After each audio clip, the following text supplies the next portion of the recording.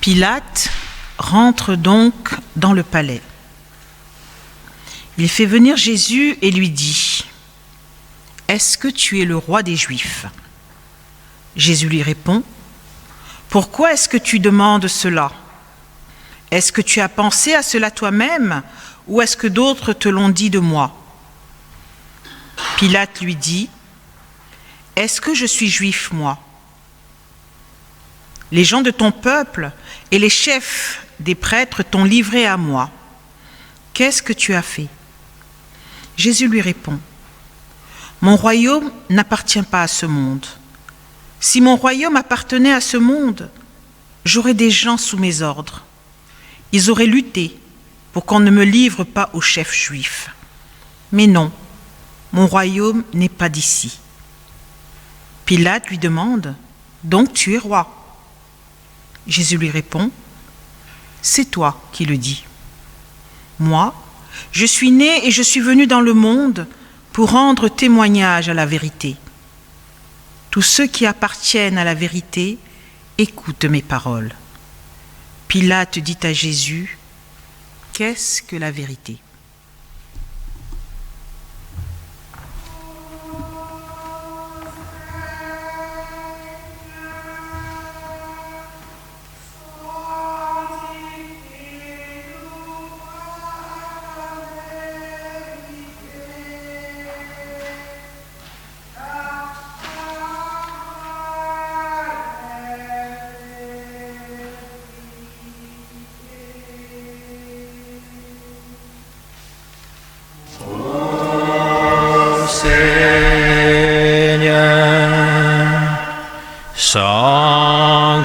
Sanctifie-nous par la vérité. Ta parole est vérité.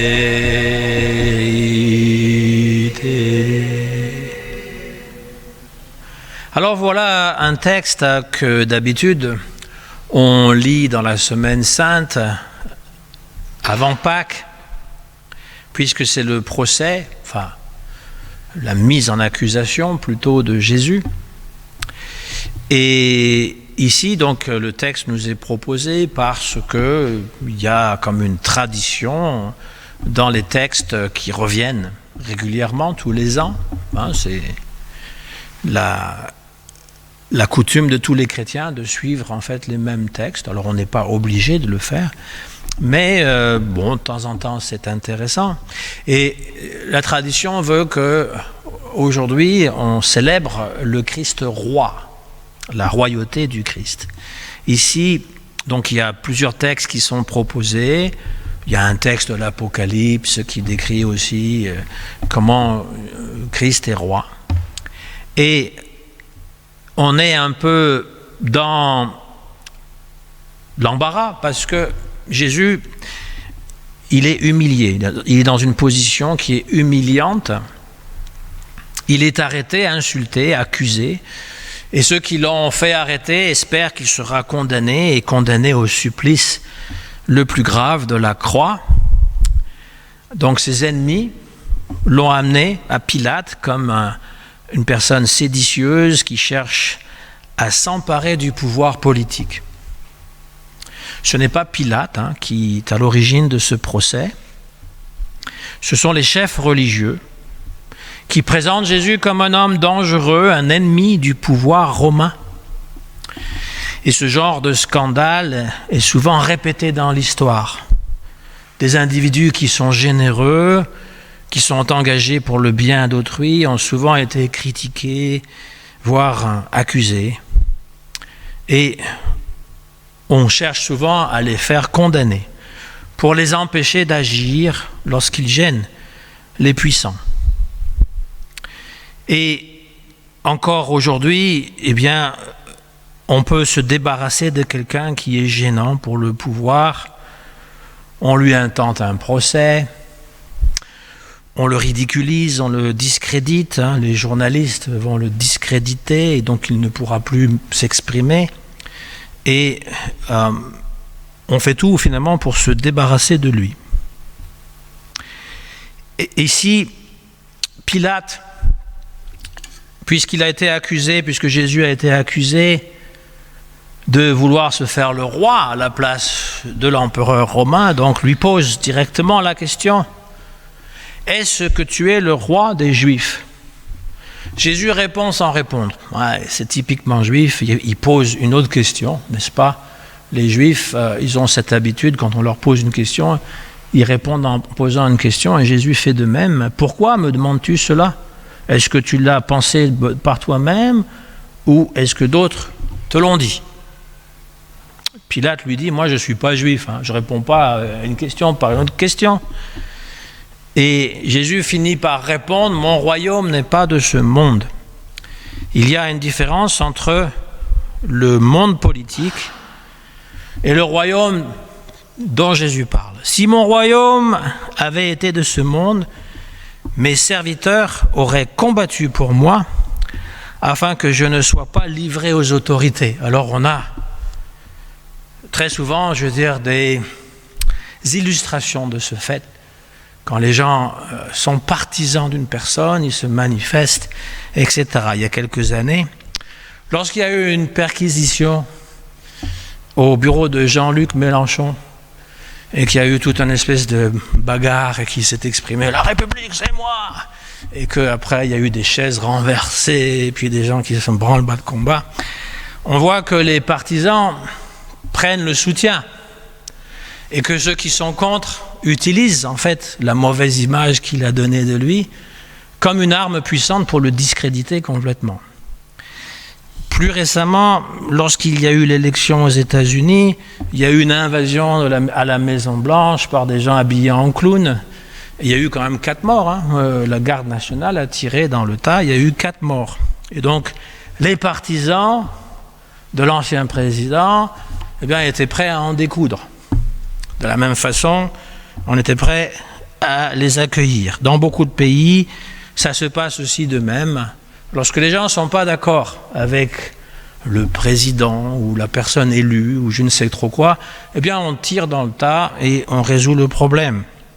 La politique, très, très largement, même si elle n'est pas foncièrement violente comme dans ces pays-là, parce qu'on compare toujours: ah mais c'est bien pire ailleurs.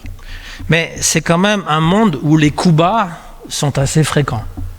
C'est-à-dire que d'essayer de semer la zizanie dans le camp adverse ou d'essayer de l'accuser des choses qu'il aurait faites ou pas faites, de répandre de la calomnie et puis de se servir de demi-vérité ou encore de voter des lois à 6 heures du matin quand finalement il y a très peu de monde qui peut voter contre, ou durant l'été, c'est assez fréquent, quel que soit le régime en place. C'est un monde de mensonges ou de semi-mensonges ou en tout cas d'obscurs. Et ce n'est pas ce que Jésus a l'intention de faire. Il n'a pas l'intention de se présenter aux élections. Il n'est même pas pour le pouvoir religieux. Parce que la religion a souvent soutenu le pouvoir en place. Par exemple, dans l'Allemagne nazie, l'Église catholique et même les luthériens ont changé la croix pour la croix gammée. J'ai vu des photos. Et ils étaient tous d'accord pour signer ce pacte contre les Juifs, qu'aucun Juif ne pouvait fréquenter leur église, n'est-ce pas? Très souvent, le pouvoir religieux est de concert avec le pouvoir politique, quelle que soit la politique en place. Et lorsqu'il y a des personnes religieuses qui s'opposent à l'injustice, ils sont stigmatisés par la presse ou par la politique et ils sont en général minoritaires. Le cas de Martin Luther King, aujourd'hui on en parle comme d'un héros, mais à l'époque il était vilipendé évidemment par tous ceux qui disaient il fait de la politique. Et Monseigneur Romero, donc un évêque catholique au Chili, s'est opposé au régime de Pinochet. Là aussi, on a dit qu'il fait de la politique, mais en fait, il prenait la position pour ceux qui étaient arrêtés, torturés, violés, les femmes violées, les paysans qui étaient maltraités, l'armée qui était au pouvoir. Et c'est l'armée qui l'a fait assassiner en pleine messe. Il était en train de célébrer la messe, il s'est fait tirer une balle dans la tête, tout de même, comme Martin Luther King. On se débarrasse des gens qui sont dangereux. Et parmi les protestants, j'ai dit, oui, c'est pas très, on peut pas être très fier d'avoir toute l'église luthérienne, à part quelques résistants comme Dietrich Bonhoeffer, qui a fait sa propre église, mais qui a été arrêté par les nazis et pendu par les nazis, accusé d'avoir trempé dans un complot contre Adolf Hitler, pendu juste avant la libération, n'est-ce pas? Et en France, le fameux village de Chambon-sur-Lignon a toujours été un village qui a accueilli les gens qui étaient en difficulté. C'était les prêtres réfractaires durant la Révolution française. Et puis des mineurs, des enfants qui travaillaient dans les mines, qui voulaient s'enfuir de leur misère. Et puis les Espagnols qui ont fui la guerre civile dans les années 30. Et puis surtout, évidemment, les enfants juifs que certains pasteurs ont cachés pour leur faire passer la frontière et aller en Suisse. Et donc, c'est devenu légendaire, ce petit village qui a essayé de protéger. Là encore, il ne s'agit pas de politique. La Gestapo, évidemment, condamnait ces inactions où vous cachez des juifs, donc vous êtes contre la politique mise en place, mais c'était l'injustice sur laquelle il se positionnait. Et il y a cette confusion qui est là souvent, que lorsqu'on dénonce une injustice, et surtout une injustice qui est d'ordre politique, qu'on fait de la politique. Mais non, c'est juste prendre la part pour l'humain. Et Jésus, il a parlé de ce royaume de Dieu qui fait partie en fait de toute sa prédication quand il était présent sur terre. C'était la prédication du royaume. Et toutes les paraboles sont en rapport avec le royaume de Dieu. Mais ce royaume de Dieu, il est un peu ambigu. On ne sait pas exactement de quoi il s'agit parce que Jésus, il était un va-nu-pied. Je dis ça dans le sens noble du terme, pas dans le sens de pauvre type, mais dans le sens qu'il n'avait vraiment aucune sandale à ses pieds ou juste une paire de sandales. Et ses disciples aussi, il n'avait rien. Il n'avait pas d'armée. Il dit, si j'étais roi, les gens qui sont avec moi, ils m'auront défendu. Mais pas juste ça, parce que Pierre, en fait, il a pris une épée. Lorsqu'on a arrêté Jésus dans le jardin, il a pris une épée, il a coupé l'oreille d'un garde. Et Jésus a calmé Pierre en disant de ne pas utiliser la violence parce que celui qui vit par l'épée mourra par l'épée. Et il a recollé l'oreille du garde. Et donc, ce n'est pas simplement parce qu'il ne pouvait pas, c'est qu'il ne voulait pas. Ce n'était pas dans son programme d'utiliser la violence, c'était dans son programme finalement de relever l'humain. Vous savez, le fameux, pas Martin Luther King, mais Mahatma Gandhi. Mahatma Gandhi s'est inspiré des évangiles, s'est inspiré du sermon sur la montagne pour faire ce qu'il appelait le mouvement de non-violence. Et la non-violence, pour lui, c'était pas ne rien faire. Ça, c'est aussi de la violence. Ça veut dire qu'on est d'accord avec la violence qui est exercée. C'est-à-dire dénoncer les injustices, mais de le faire d'une façon pacifique. Et Mahatma Gandhi a servi de modèle à Martin Luther King. Il le dit. C'était son modèle. Et donc, nous avons en Jésus une personne qui parle du royaume, mais pas comme le parle l'Ancien Testament. Dans l'Ancien Testament, souvent, Dieu est décrit comme un roi. Et la vraie royauté, ce n'est pas celle de l'être humain. En fait, l'Ancien Testament est assez contre le pouvoir politique. Il pense qu'il n'y a que Dieu qui peut être le roi. Il veut instaurer une théocratie. Alors évidemment, vous me direz qu'encore une fois, en termes politiques, une théocratie comme l'a instauré certains pays musulmans, c'est en fait pas Dieu qui gouverne, c'est les hommes, les barbus. Mais donc ça fait des exactions. Et il est intéressant que Jésus, à ce niveau, ne parle pas de ce genre de gouvernement. Il parle, au contraire, d'un royaume qui est déjà là, par sa présence, et qui va venir encore plus. Nous prions d'ailleurs dans le Notre Père que ton règne vienne, parce que c'est le même mot. Royaume de Dieu ou règne des cieux, c'est le même mot. Que ton règne vienne, que ta volonté soit faite sur la terre comme elle est au ciel. Ça veut dire que c'est lui qui gouverne au ciel et on voudrait qu'il gouverne aussi sur la terre. Et donc il y avait une pensée apocalyptique à l'époque de Jésus et dans les écrits qu'on appelle les écrits intertestamentaires, c'est-à-dire entre l'Ancien Testament et le Nouveau Testament, qui parlaient donc d'un renouveau. Un renouveau du monde, la venue sur la terre du royaume de Dieu, très souvent dans les écrits apocalyptiques avec des catastrophes et une guerre entre l'armée des ténèbres et l'armée de la lumière. Jésus n'en parle pas, il ne parle pas dans ces termes-là. Il y a quelques petites citations qu'on appelle les petites apocalypses dans les évangiles, et puis il y a l'apocalypse de Jean évidemment, mais ce n'est pas Jésus qui parle. Jésus parle en montrant qu'il y a une urgence à se convertir, à faire que Dieu puisse venir et que sa volonté soit faite et non la nôtre. D'où la conclusion qui est pour moi légitime, le royaume de Dieu est à l'intérieur de chacun d'entre nous. Il s'agit d'une connexion intime avec Dieu.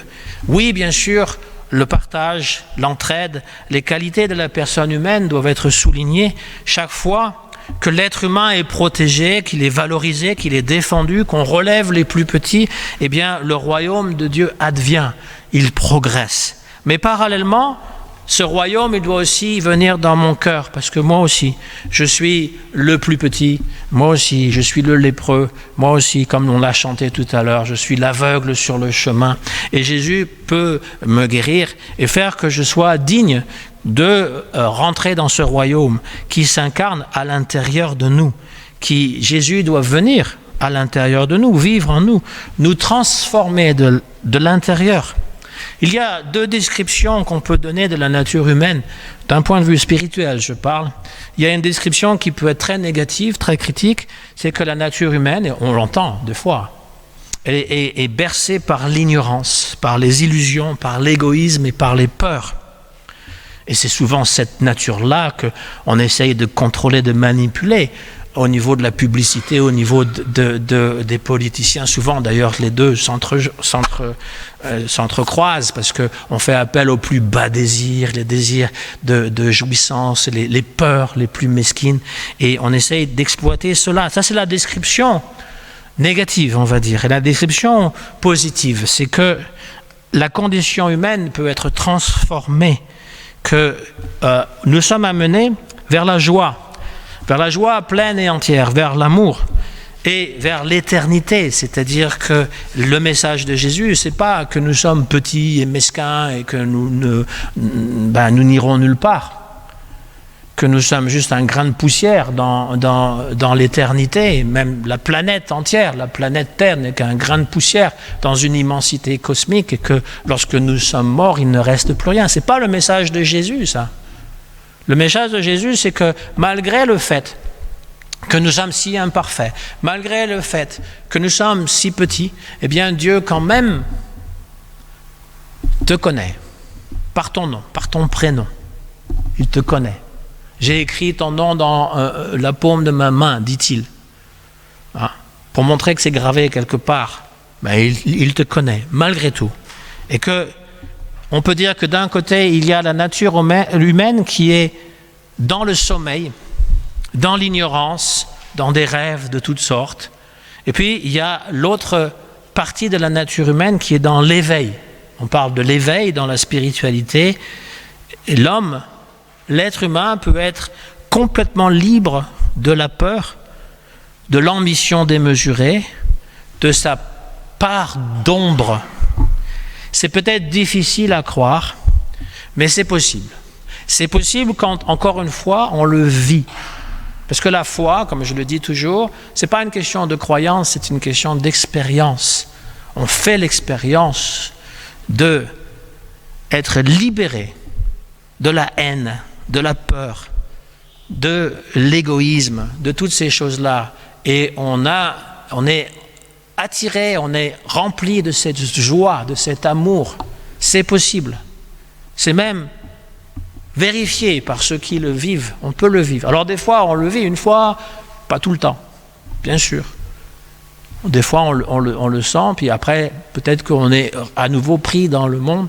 Mais il y a quand même cette vérité qui est très importante et qu'il faut revisiter régulièrement, chaque jour, pour être vraiment en connexion avec ce royaume. Le royaume de Dieu, il n'est pas de ce monde. Jésus l'a dit, il n'est pas de ce monde. Et le passage se termine, qu'est-ce que la vérité? Je suis venu pour témoigner de la vérité dans ce monde. Qu'est-ce que la vérité? Évidemment, si tout le monde dit des demi-vérités, si le mensonge passe pour la vérité, on ne sait plus où est la vérité. Des fois, j'ai l'impression de ça aujourd'hui, on ne sait plus où est la vérité. Parce que on essaye de se former à un jugement, une critique, etc. Et on nous dit, mais tu rêves, tu es dans le complotisme, tu es un anarchiste, mais tu es vraiment à côté de la plaque, mon pauvre ami. Et à côté, on te donne des vérités qui sont dures, qui sont incontestables, qui sont toujours répétées sans explication, qui ne sont pas prouvées. Et la vérité, finalement, se dilue dans un monde de clair-obscur. On ne sait plus, finalement, où est la vérité.